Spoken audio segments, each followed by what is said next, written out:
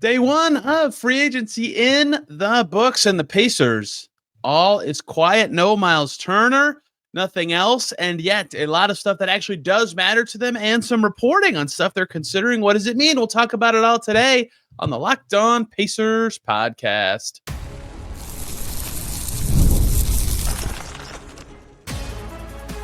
You are Locked On Pacers, your daily Indiana Pacers podcast. Part of the Locked On Podcast Network, your team every day.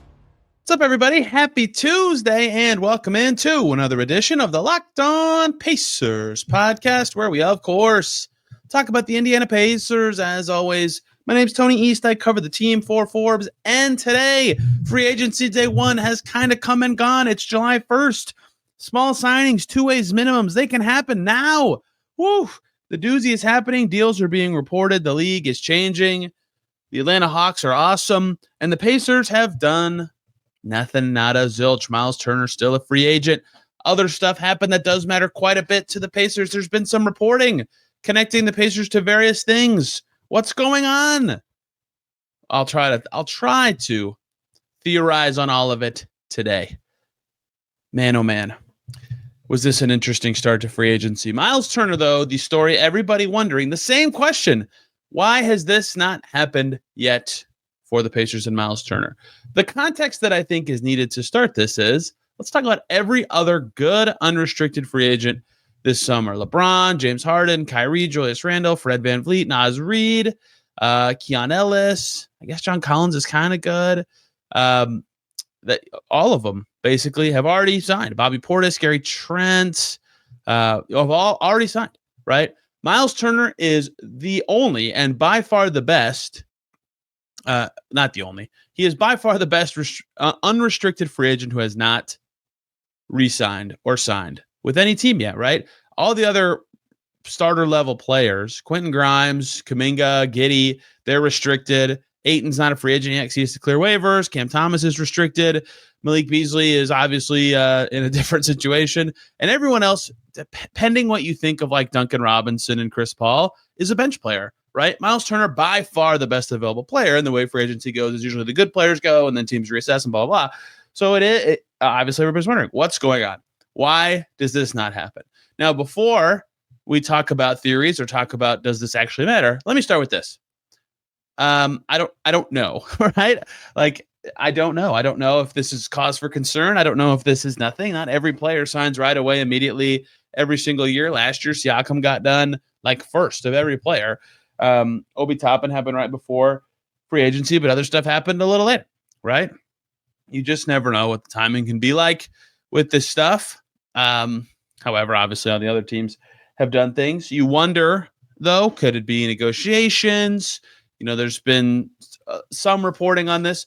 I still maintained that mostly, I think the people that I have talked to expect Turner to re-sign with the Pacers, but nothing has happened yet, right? And so these are all things that could be factors, but I don't know if they're factors, right? For example, the center market so far, Naz Reid at $25 million, Daniel Gafford at $20 million. You know, is it actually something where Turner can get what he thought he could get given the way the market has kind of gone? Julius Randle, you know, a multi-time all-star, got 3 for $100, right? With a player option at the end, you know, that probably suggests Turner can't get that high. Naz Reid got $25 million a year, though, with a player option. Like, is he somewhere between that? It's hard to say with the way the big man market's going. Brook Lopez got not very much, right? Luke Kornet got 4 for $40. You know, he's certainly in between all these players in some way. So it could obviously be negotiating, seeing how the market's kind of settled for this year. There was 10% growth. The other thing that happened right before free agency started is reporting from multiple people. A memo from the league went out projecting that the salary cap growth for the season after the one that's currently going on, because they set the cap for 2025-26, and it did grow 10%, but it projected only 7% growth for the following season, which is shocking. I think most people up to that moment thought the cap would grow 10% in 2026-27. And there was kind of, at least in my head and a lot of cappy brainy people's heads, you know, the notion that if the cap is growing more than player salaries, you're a little there's less risk involved in deals, whereas the other way around, things get very small amount, but a little bit tighter every year. If that's not the case, did anybody have to reassess what they were doing? Like, that is a theory that I talked about with somebody. However, lots of players made deals happen anyway, right? So like that doesn't really make a ton of sense to me that would be a reason, although it's not nothing, right? It obviously matters a great deal for a Pacers team that is competing for winning, that is fighting the tax, that every dollar counts, that they would go, oh, what are we really willing to offer? What makes the most sense here? So here's what I would say first. It doesn't actually matter that if this happens right away. It does not matter unless this is like a negotiation going sour, which I don't know that, and I honestly don't think that's the case. It doesn't matter. If he signs on July 2nd, July 3rd, it doesn't matter, right? It's just how it goes, because none of the Pacers' other things that they look likely to do in free agency seem like things that would happen fast, right? Trades usually happen after signings because teams prefer to get stuff without trading away stuff. So that the chronological order of events suggests that anything the Pacers would do beyond Turner, a lot of minimum stuff, a lot of smaller stuff, would happen later anyway. It's not like they're missing out on something or the boats are leaving without them. So it doesn't actually matter, especially because this is by far the most important thing for their offseason. Everything else is kind of secondary that they have to figure out later. If they get this right or they get this to a place they like it, great, that's a win-win.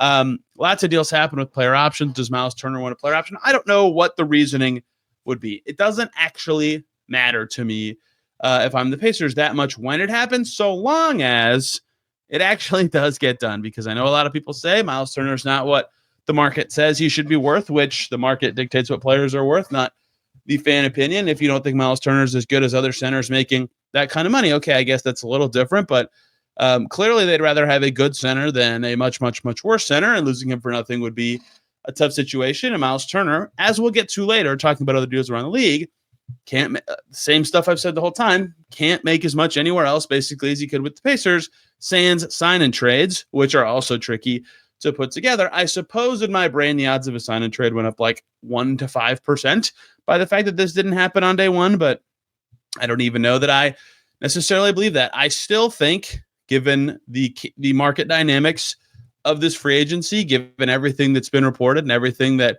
I've kind of seen and heard leading up to this, that Turner will re-sign with the Pacers at some point, but it has not happened yet for some reason or another, and that is where the Pacers stand at the end of free agency day one, the exact same place they stood after day zero. And yet, not really, because there was stuff that happened elsewhere around the league that I think primarily helps them. We could talk about why I think that as we talk about it, but an interesting start.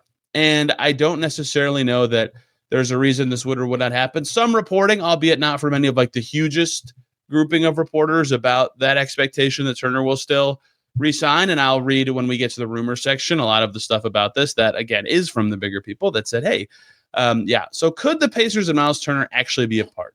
Yeah, I guess that's possible that they went into negotiations and they didn't agree to start. But I have a feeling they will find common ground, just given how this is set up, given what the Pacers roster is, given where Turner's at in his career. That just makes so much sense.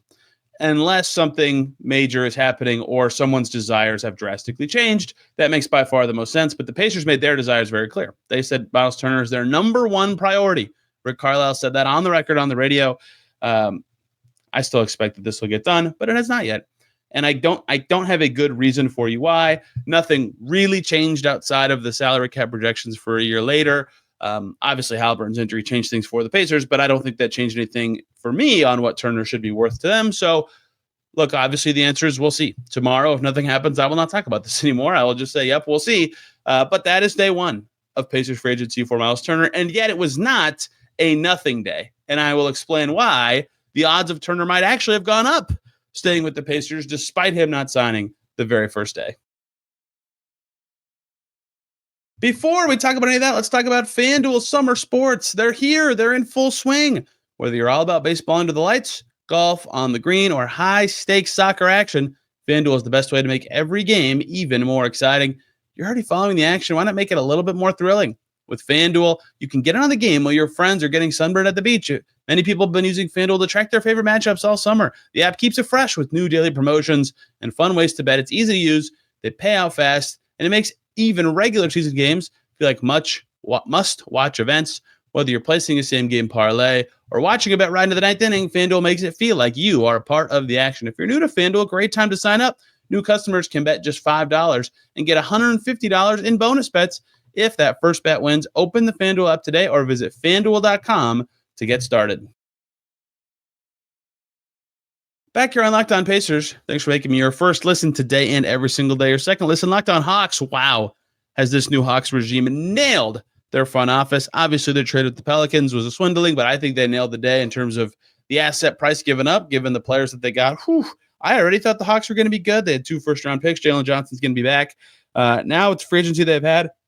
I mean, everybody's going to pick the Hawks, but they look to be good, not maybe to win anything, but they're going to be awesome, I think, and they have a team that makes sense around Trae Young. Locked On Hawks, Brad Rowland will have more. The Hawks, early in free agency, were a part of something that happened that I mentioned very briefly when talking about Myles Turner, and that is they made a 3-team trade with the Celtics and the Nets.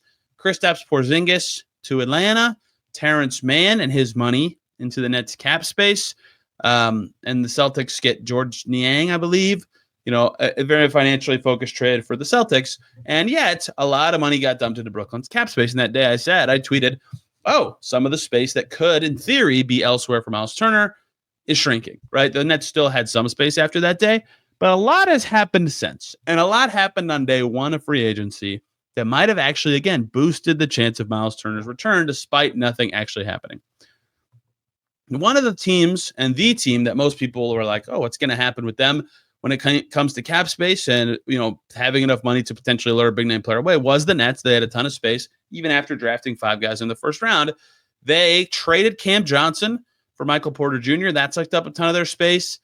They did lose D'Angelo Russell, but their moves have them now somewhere between like the high teens, low 20s in space, depending on how they use some cap holds or what contracts and the structures that actually get signed. They did agree to deals with Day'Ron Sharpe and Zaire Williams, although their cap hold situation means they'll probably get slashed forever. I don't want to get too in the weeds on this. The Nets chewed up a lot of their cap space. Not quite all of it, but they're pretty close to the floor. They have Nick Claxton. They don't seem like a Turner team. They seem like a take-in contracts team, but they already have chewed up a lot of their space, almost all of it. Detroit was a team rumored to potentially be interested in Myles Turner. Would they use cap space to do it?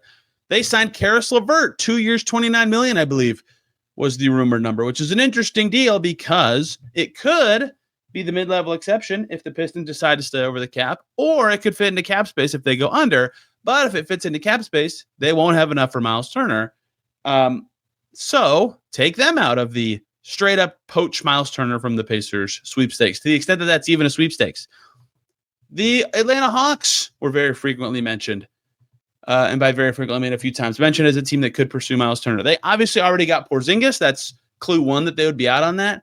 They have a Kongwu also.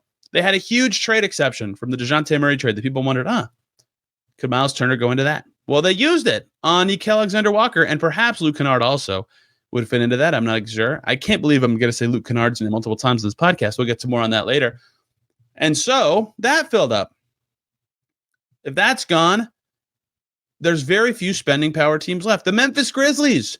People wondered if they'd be a cap space team, and I thought the whole time that they would use it for Triple J, and everybody thought that. That's not a unique thought or a unique reporting, and that's exactly what happened. It was the first thing announced after 6 p.m.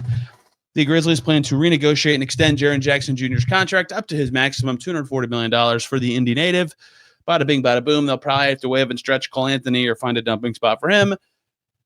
And there they all go. That was the biggest trade exception. That was like actually feasibly usable. And all the cap space gone like that with those agreements. The Nets still technically could hover and get down to this. I think right now Yossi has their max cap space projection at $24.7 million, but everything else is basically gone. The DeJounte Murray trade exception is down to $10.9 million. The Celtics big trade exception is functionally unusable for them, given their apron concerns. And every other exception or cap space reality in the NBA, besides the Nets, is below $20 million, which is not enough for Myles Turner, given the center market. And so the best place for him to get the money that he would want is the Pacers, which was the case already, and now is even more the case, right? So any potential foolery of leverage is gone. The Pacers also, again, same situation, do not have their own leverage of another center that they could acquire, which is why I think this comes out in the wash and why I expected potentially negotiations, right? Naz Reid they couldn't afford, but he was gone. Daniel Gafford obviously signed that extension. They couldn't afford him, clearly, given what his price is. And everybody else is basically a backup, like Brook Lopez is going to now be a backup of Vitor Zubac for the Clippers, of the good centers. So they can't get a player close to as good as Myles Turner. Check out the list of available free agent centers, even now. Like Al Horford's the best guy left. So the dynamics have worked, I think, more in the Pacers' favor, ever so slightly, because there was more potential teams than there are potential centers this year. Not that that's a huge deal, but it's out of spots. So if Myles Turner's truly heart of hearts is, I never want to be on the Pacers again, I do not want to be on their team, which I'm making that up. But if that's the way he's not on the team, then the only solution that would make sense is a sign and trade, because there's no way for him to make enough money that makes sense to sign somewhere else, right?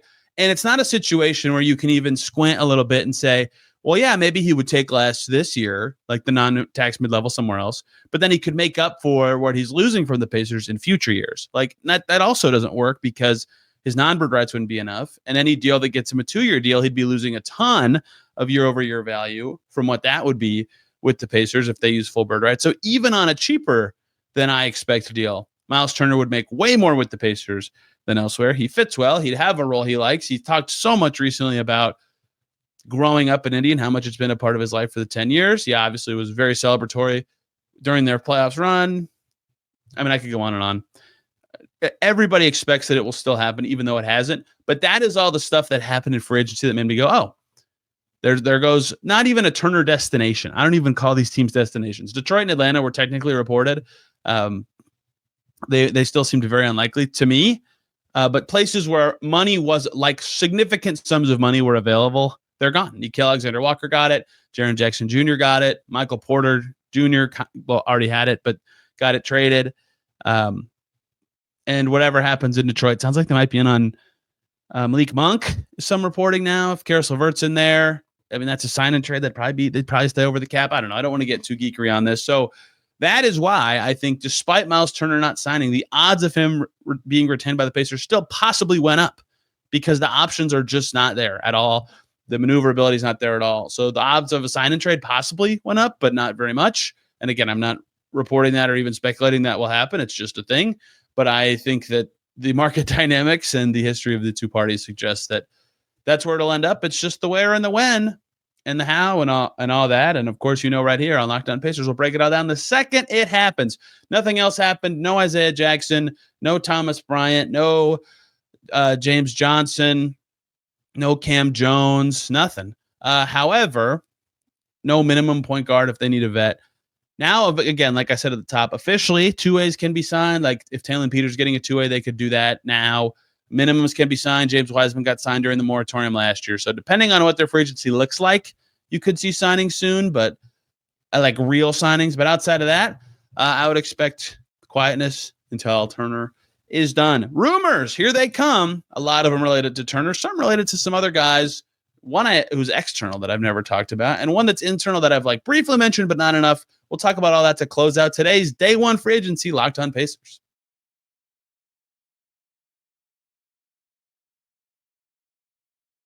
Back here on Locked On Pacers. Thanks for making us your first listen today and every single day. Your second listen, Locked On Suns, because we're about to talk about a Suns player, and they've had a kind of interesting and unique offseason to me. They've got a lot of good players in the draft. Can they do anything of actual value in free agency? We will see. All right.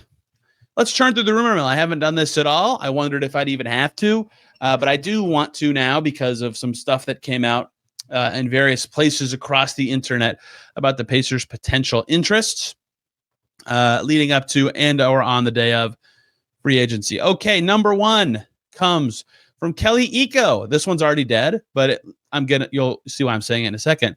He reported in The Athletic / New York Times, Luke Kennard is expected to receive interest from a host of playoff teams, including the Rockets, Pistons, Pacers, Magic, Nuggets, Clippers, and Knicks. There's the Pacers in there. He has already now, ironically, given that this team was on the list there, agreed to a deal with the Hawks. So sounds like where he's headed. But he's kind of a quasi ball handler shooter type.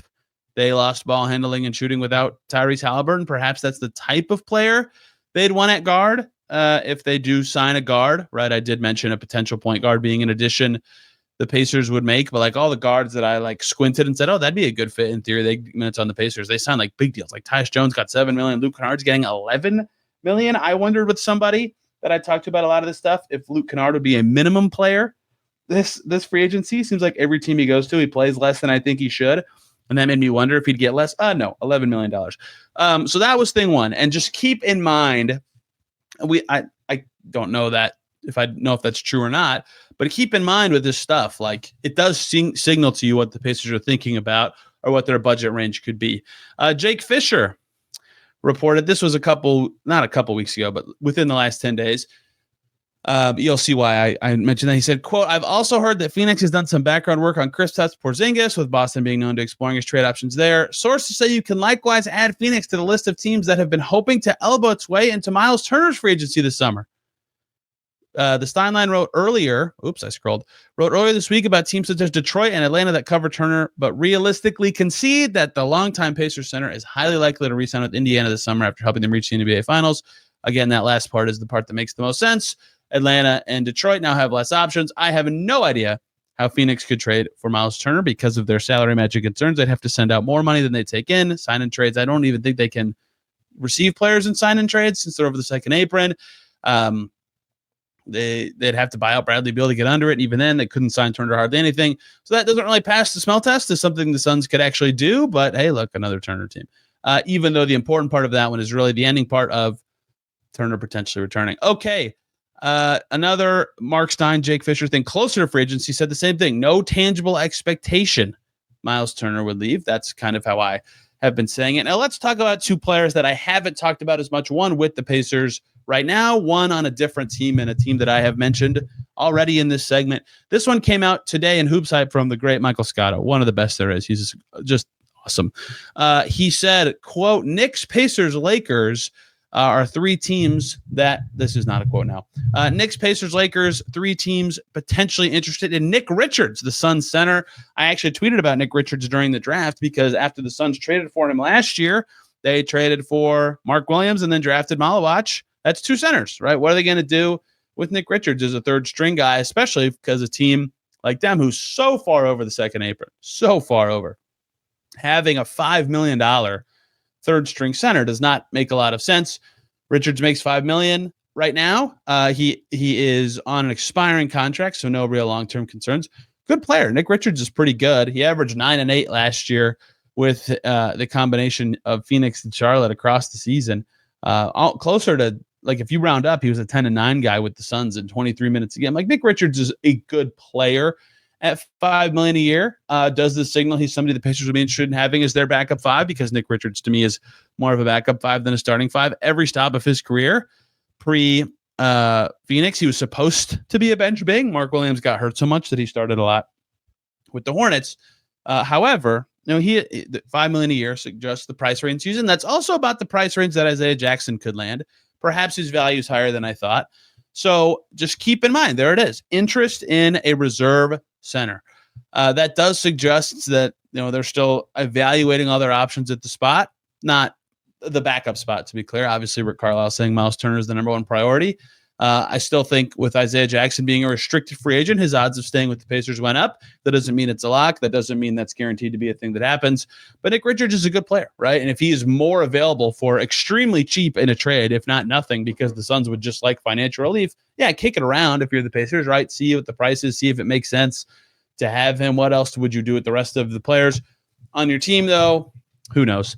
People talked about, when I saw this rumor, I saw like, what would the salary match be, right? All the cheap guys on the Pacers who make around what Nick Richards makes is like Tony Bradley, Ben Shepherd, Johnny Furphy, and then everybody else makes more than him and is much more valuable than him in a trade. That is true. Ben Shepherd, you don't want to give up anyone who makes more than him because they're good players. Ben Shepherd, you don't want to trade for a third string center. Furphy, you don't want to trade for a third string center, although he'd be a backup for the Pacers. And that left Tony Bradley, and like, yeah, I guess maybe the Suns would just do that and waive him or whatever, but they don't have to trade any salary for Nick Richards. Nick Richards fits into the mid-level exception. So the Pacers could just take him in to the mid-level. The Suns would get a trade exception that they couldn't use, but still they'd get one. out of it. So there doesn't have to be any salary match for the Pacers at this exact moment. There could be other ways to do such a trade. So Nick Richards, keep that in mind. A center, a backup center, something we know the Pacers to need already, but still an external option as opposed to their internal candidates. Certainly interesting on that. The last report that I want to talk about also comes from Michael Scotto. This one refers to some internal candidates. This is obviously more so related to the potential luxury tax bill facing the Pacers, pending what they decide to do with their team building this offseason. Quote, teams around the league circle the wagons on the trade availability of 3 Pacers.